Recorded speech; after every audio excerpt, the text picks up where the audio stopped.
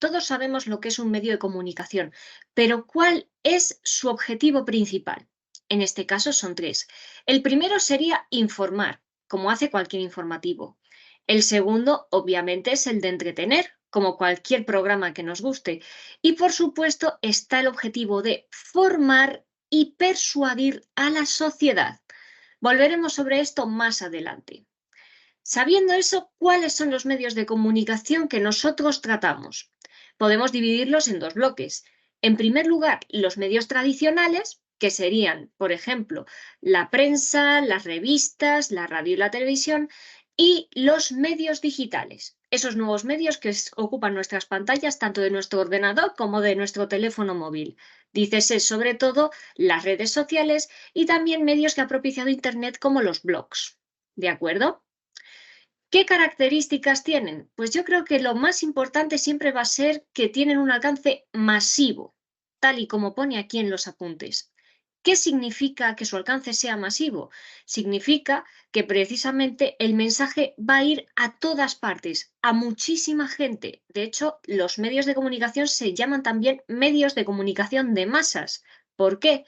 Porque un medio de comunicación personal, como os podría ser una carta, solamente llegaría del interlocutor a su receptor. ¿Qué pasa aquí? Que un mensaje puede llegar a millones de personas, lo que nos lleva al segundo punto, su capacidad para influir en la opinión pública. Precisamente un mensaje transmitido por un medio que puede llegar a miles de personas tiene más capacidad para influir que si yo, por ejemplo, le doy mi opinión de un tema a un amigo. Y, claro, su función como intermediario en la difusión de la información. ¿Por qué son intermediarios? Porque al fin y al cabo un medio de comunicación siempre es un mediador.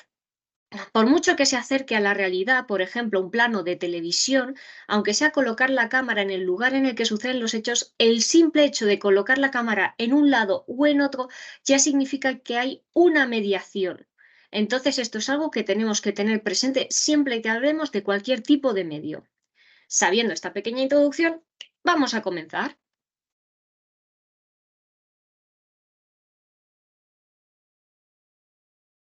Bien, ahora hablemos de cuáles son los orígenes de los medios de comunicación. Los medios de comunicación realmente se remontan desde el principio de los tiempos con la comunicación oral y la escritura, cuando la gente se contaba las diferentes cosas y cuando empezaron a plasmarlas para que otros lo supieran. Podemos hablar de los papiros de Egipto, los pergaminos de Grecia, como ponen los apuntes, pero cuando de verdad se marcó una fecha clave para estos medios de comunicación fue con la invención de la imprenta de Gutenberg. ¿Por qué? Porque ya no era ir haciendo un libro manuscrito que se podían hacer a lo mejor 12 ejemplares en un mes y yendo a toda prisa, sino que ya se podían hacer cientos, miles de libros. Esas ideas se iban a ese público masivo del que hemos hablado al principio, y esto fue lo que utilizaron medios impresos como los periódicos. A lo largo de los siglos, pues el periódico se convirtió en el medio más influyente hasta que en el siglo XX llegó la radio y un poquitín después la televisión.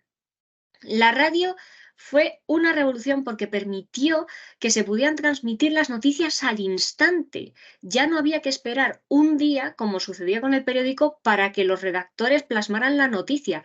Ya se podía llevar incluso el micrófono in situ y enterarte en ese mismo momento de lo que estaba sucediendo. No solamente en información, también en entretenimiento, por ejemplo, con el fútbol. Y esto fue algo muy importante. Todo el mundo tenía una radio e incluso había pequeñas comunidades que tenían sus radios. Pero más allá de este chascarrillo, donde ya realmente se pasó a otro nivel fue con la televisión. ¿Por qué? Obviamente porque aparte de esa experiencia auditiva estaba la experiencia visual, poder ver con nuestros propios ojos qué es lo que pasaba en cualquier parte del mundo. Esto lo convirtió en el medio dominante para difundir noticias y también programas de entretenimiento.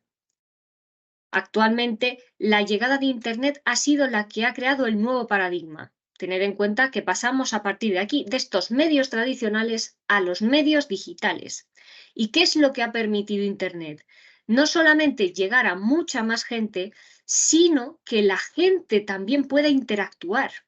En el caso de la prensa, en el caso de la televisión, en el caso de la radio, había poco margen a que las audiencias interactuaran con los medios más allá de enviar una carta al editor y de seleccionar si se quería escuchar una emisora u otra, comprar un periódico u otro. Ahora en Internet, la mayor revolución es que cualquiera puede dar su opinión. Cualquiera puede incluso convertirse en creador de noticias, en creador de contenidos, los llamados influencers. Y esta capacidad de interactuar y compartir contenido de manera instantánea, ya no en el momento, sino más aún mientras suceden las cosas, es lo que ha democratizado la producción y la distribución de la información. Muy bien, continuamos con los desafíos y oportunidades en la era digital. La era digital ha traído sobre todo un punto muy positivo y un punto muy negativo. El punto positivo es que ahora mismo tenemos unos medios absolutamente interactivos. Los medios interactúan con la audiencia y tienen el poder de crear comunidades en línea. Antes se publicaba el periódico y se publicaba un día después de los hechos y lo único que podía hacer el oyente, como decíamos, era si acaso enviar una carta al editor. Ahora los oyentes pueden interactuar directamente en apartados de comentarios, en las redes sociales de los propios medios, enviando sus propios vídeos para las noticias que se publican. Todo eso logra una mayor interacción y participación del público en la creación y consumo de los contenidos informativos y también de entretenimiento.